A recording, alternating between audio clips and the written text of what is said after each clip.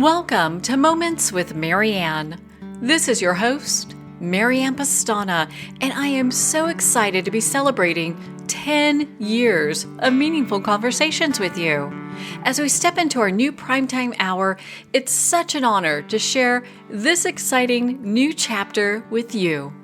So whether you're starting your day out, headed to work, or listening from wherever you are, this hour is designed to bring you thoughtful dialogue, fresh insight, and inspiring stories so you can make every moment count.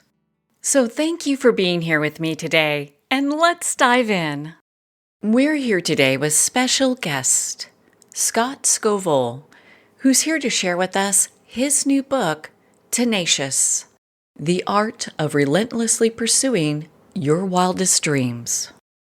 So what does it take to keep chasing a dream, especially when the odds and even your own doubts are working against you?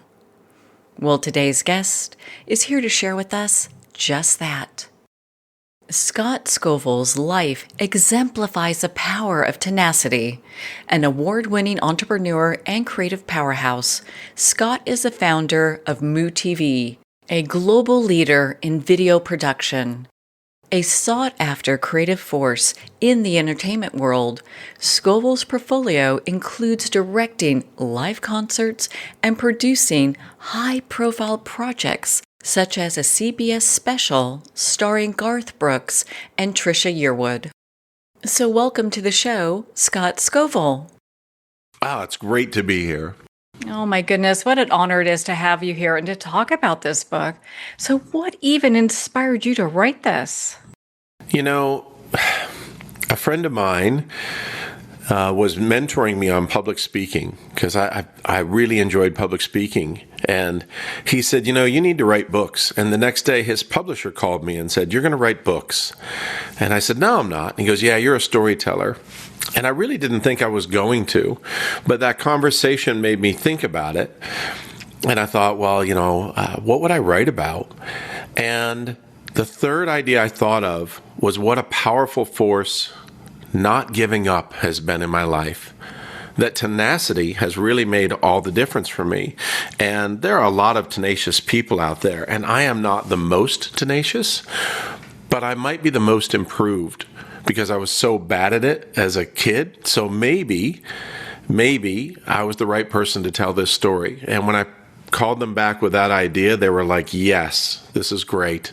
And so I'm surprised there's not another book really about just tenacity out there. So yeah, that was it. Once I felt like I had something to share, let's share it. Let's help people. Oh, yes, definitely. Well, and so what does the word tenacious mean for you? I came up with my own definition, which is a little different than the Oxford one. Tenacity is the inner fortitude to relentlessly keep going despite overwhelming obstacles in front of you. That part feels pretty on par, normal, but I added a line, "and inside of you." Because really so much of what holds us back isn't the things in the outside world, it's how we choose to react to them. And the interior demons were the ones that I fought the hardest. And I think that is probably true with most people. I would agree there. I mean, how has being tenacious really fueled your own journey? As a kid, I barely graduated high school. I went on to college despite this and flunked out of college. And a psychologist diagnosed me with a fear of failure so intense, he said it would be easier for me to grab a red-hot stove, hang on, and maim myself than to actually try and do a good job on my homework. Which sounds crazy, but felt right. And I saw where that took me. As I was flunking out of college, I saw my life being less and smaller than I had dreamed it could be. And that's a horrible feeling. I mean, we have one life. We want it to be great. We want to be all that we can be. And so I've lived that not tenacious life where you're settling and feeling embarrassed and not proud. And luckily, I found a career that inspired me enough And I got desperate enough that I decided to start trying. And now I live a life that I'm fiercely proud of. It's the life I want to live. And it's all because when I find something I love, I don't give up. I just keep trying. And that's why it's made all the difference for me. And that's what tenacity is to me. Just fiercely going after things you love so that you can have a better life. My goodness. I mean, how many times do we come against these walls in life? Could be adventure or a job or something we want to do, and we just give up instead of going, maybe I could try this a different way. Yeah. I think that we give up, but as much as that, for me, I just didn't start. I would look at something and on some subconscious level perceive that I might be embarrassed or fail. And so I wouldn't want to do it. I wouldn't want to challenge myself. I think it was almost subconscious that I just wouldn't let myself try. And when I did force myself to try back then, I would have anxiety attacks. And I didn't really understand what was happening to me. And what I found is that fear immobilizes you and leads to that place where you're ashamed and your life is smaller. But as soon as I started moving towards something, as soon as I dared to take a step, I stopped being the guy that was afraid, who wasn't doing anything, and I started to be the guy who was trying and who was on a path to something better. And that felt worlds better. And I also found that the failure that I was apparently so afraid of wasn't as bad as I had imagined it would be. In fact, failure is something I've grown to really embrace. It's where you learn everything. You don't learn much until you fail. That's really a great teacher. And if you embrace it as such, it can be a great path to your dreams. You just need to be willing to fail along the way.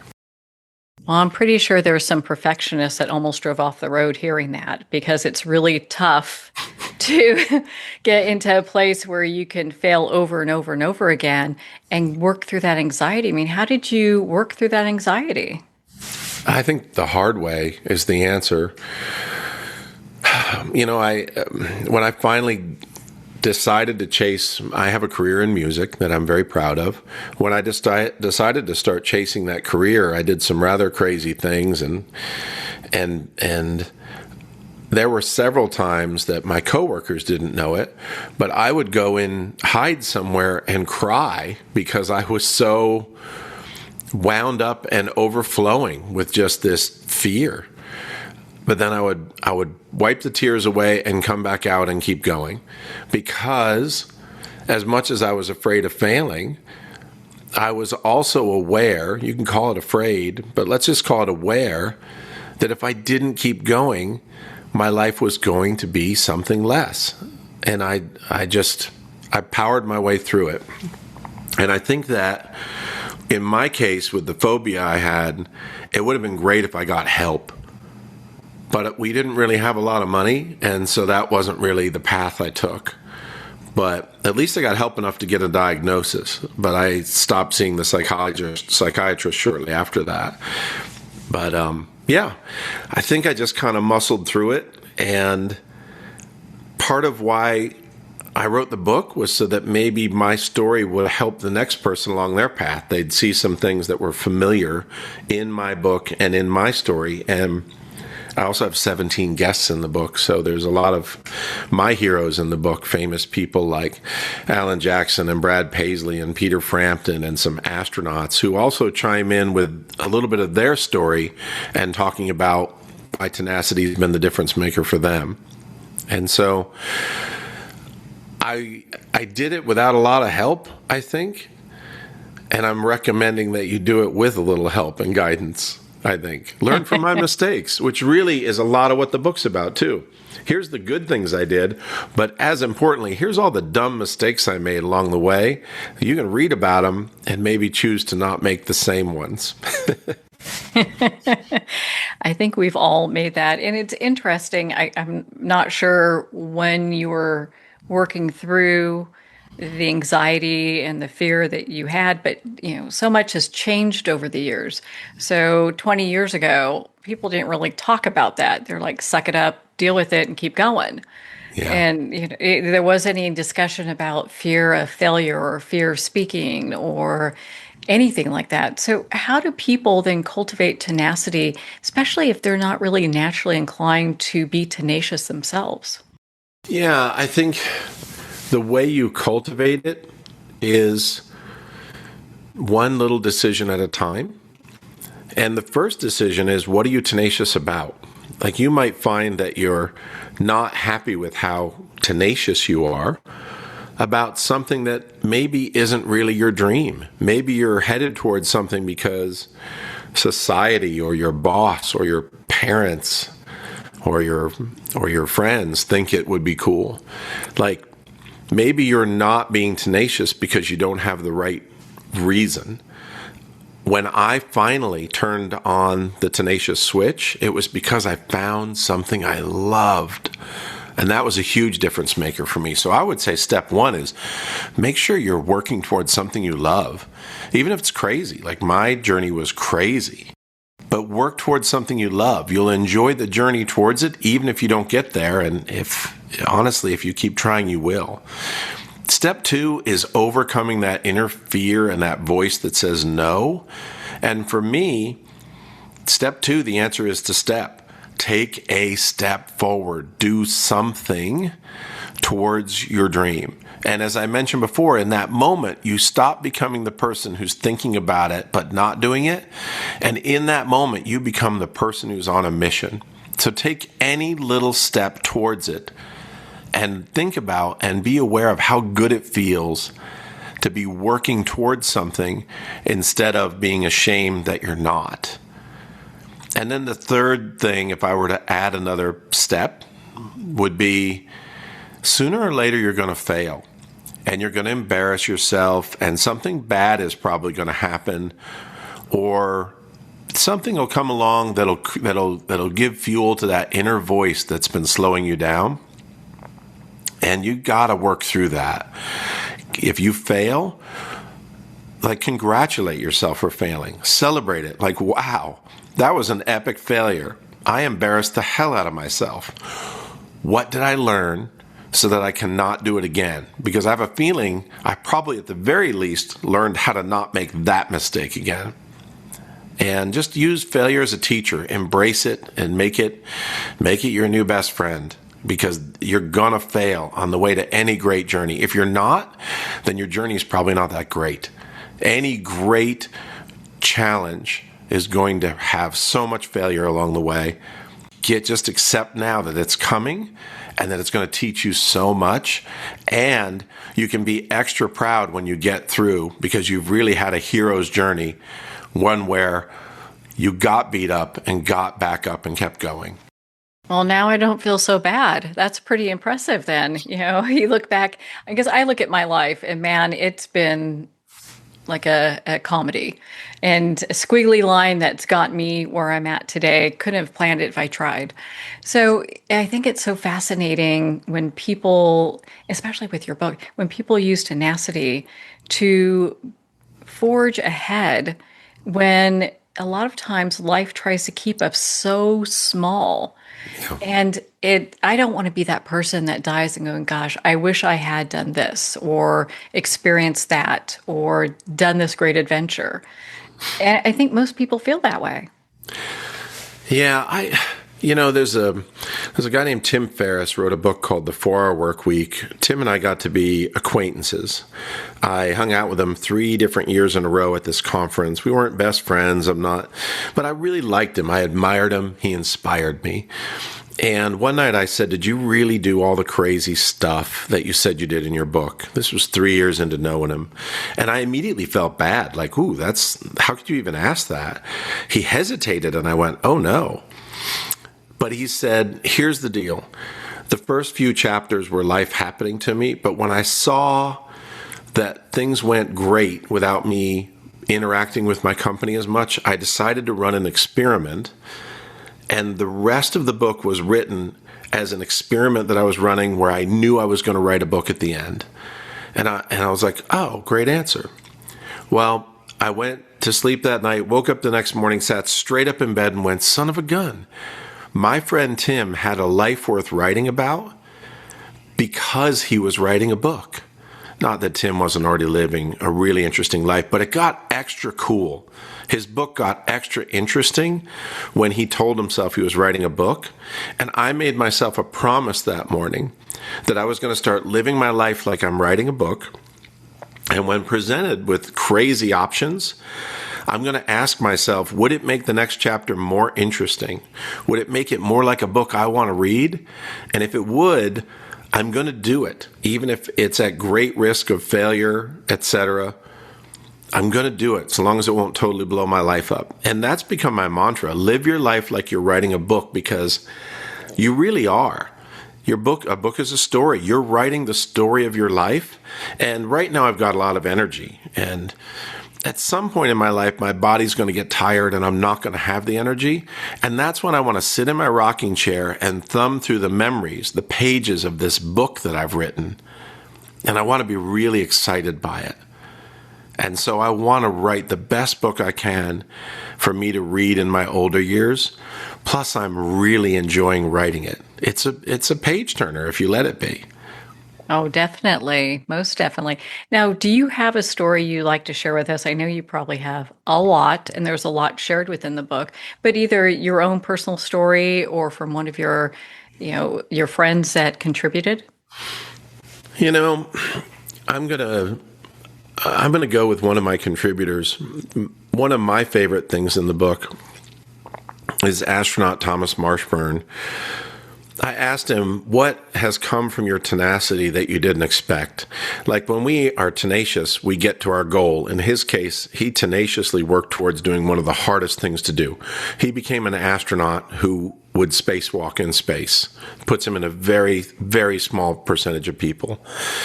So when I asked him what came from his tenacity that he didn't expect, he told me this incredible story, and he detailed it better, so go get in the book. But he's on the arm of the International Space Station, that huge arm. It's actually the safest way to move astronauts because it's like 40 feet long, so you can move them like 100 feet almost. I think it's 50 feet long.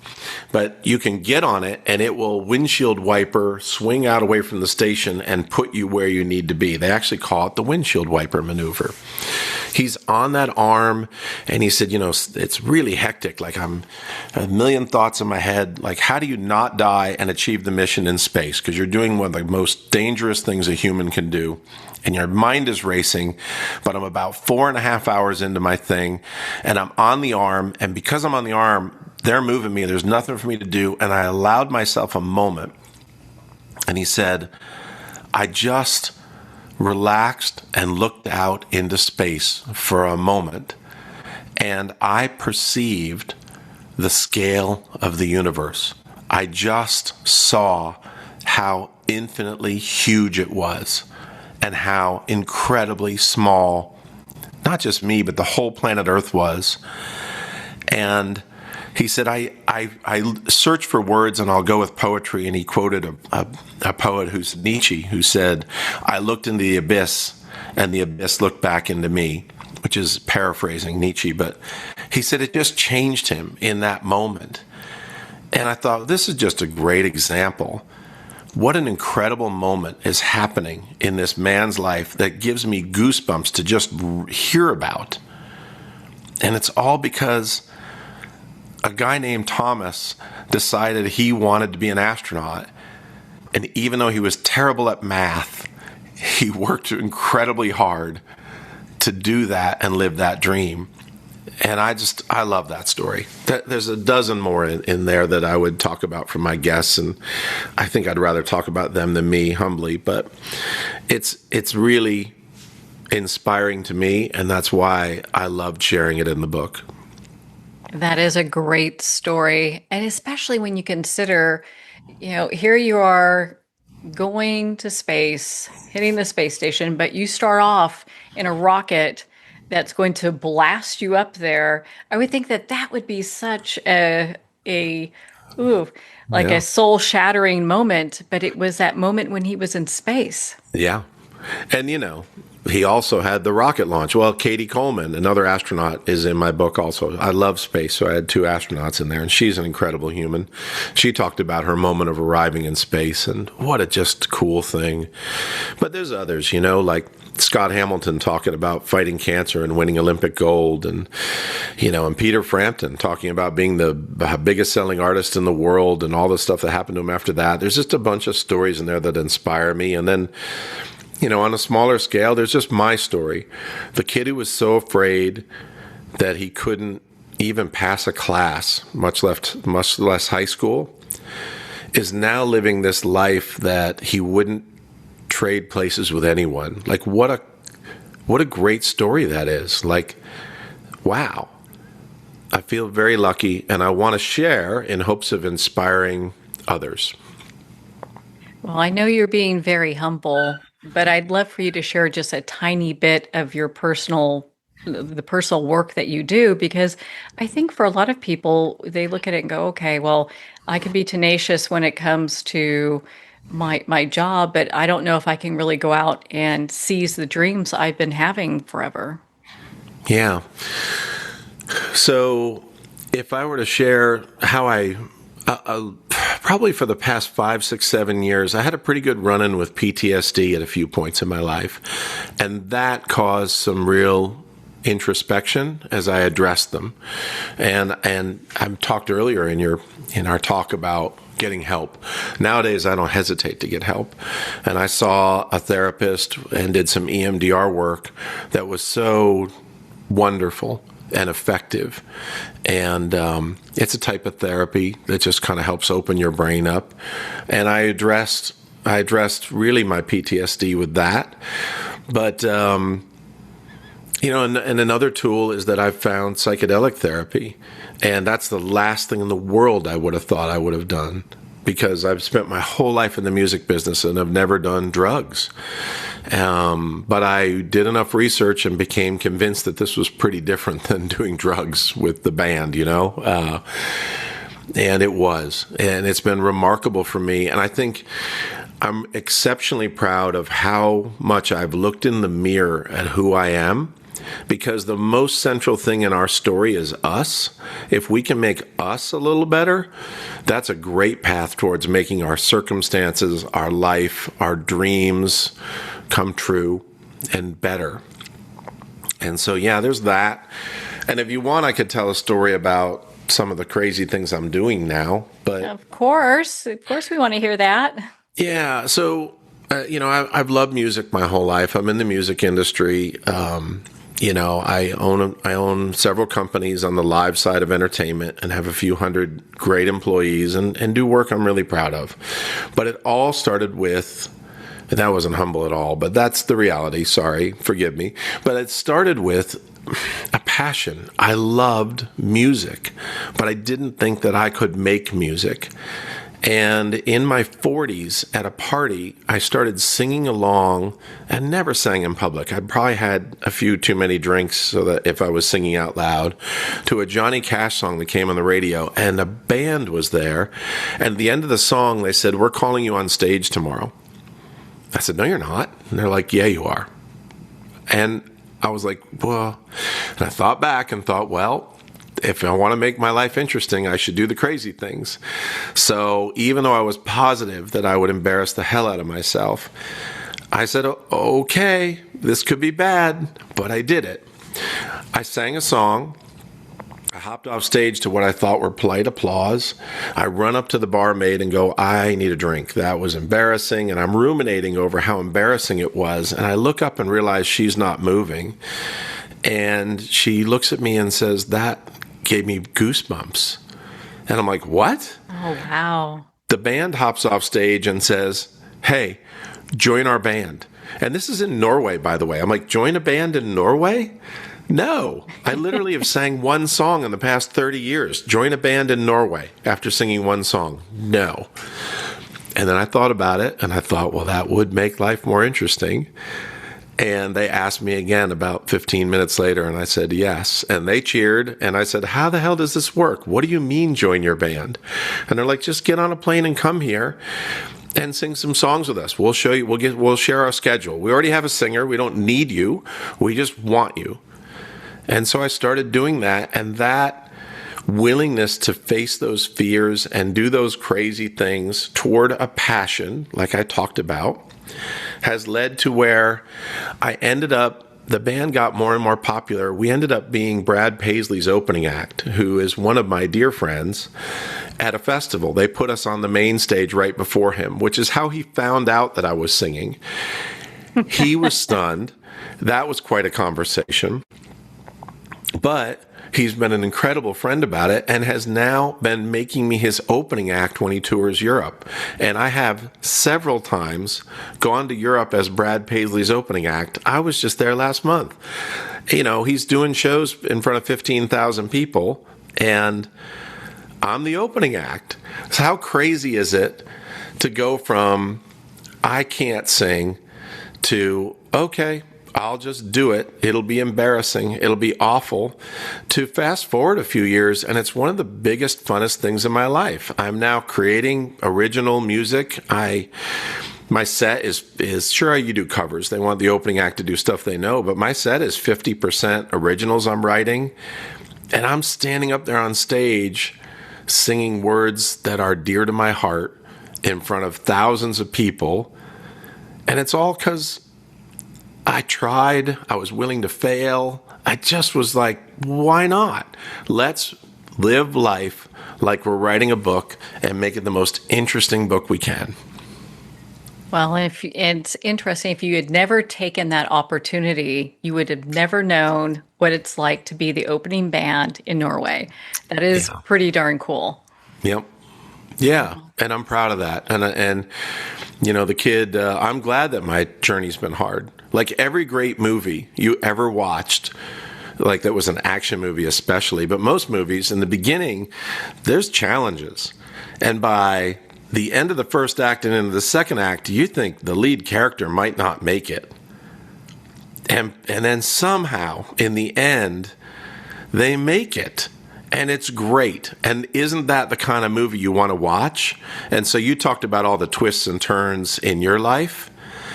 Great. Good for you, because look where it's led you, right? And isn't that a much more interesting story? No one's going to watch a movie where, you know, the character's rich, happy, and successful in the beginning, and then you go through their life with them for about a year, and in the end, they're rich, happy, and successful. Like, that's not a movie worth watching. The movie worth watching is the one where you're just pushing it and struggling and overcoming things and being a little better. And you want to watch and root for a character that's just doing their best and somehow making it through. And that's the kind of life I want to live. And lucky for me, I've been presented with enough challenges that I've been able to do that. I can understand that. I've got my own set, and my goodness, I just felt like your book, Tenacious, was such a powerful read. It makes me want to get out there and fail a lot more and do a lot more. So, where can our listeners connect with you, Scott, and learn more about your book and be part of your community? Tenaciousbook.com. I got that URL. So that's really the easiest one to remember. Tenaciousbook.com. There's also scottscovill.com, but the site's linked. Tenaciousbook.com. Please come. Well, Scott, thank you so much for taking the time to be on the show with us here today. Oh, it was my pleasure. It was absolutely lovely, and you're wonderful, and thank you. Well, thank you, Scott. It's been such an honor to spend this time with you and to talk about your new book, Tenacious. Make sure to visit his website at tenaciousbook.com for more information on his work and to be part of his community. Well, we're at the end of our time today. I'd like to thank everyone for tuning in. You're listening to Moments with Mary Ann, where we make every moment count.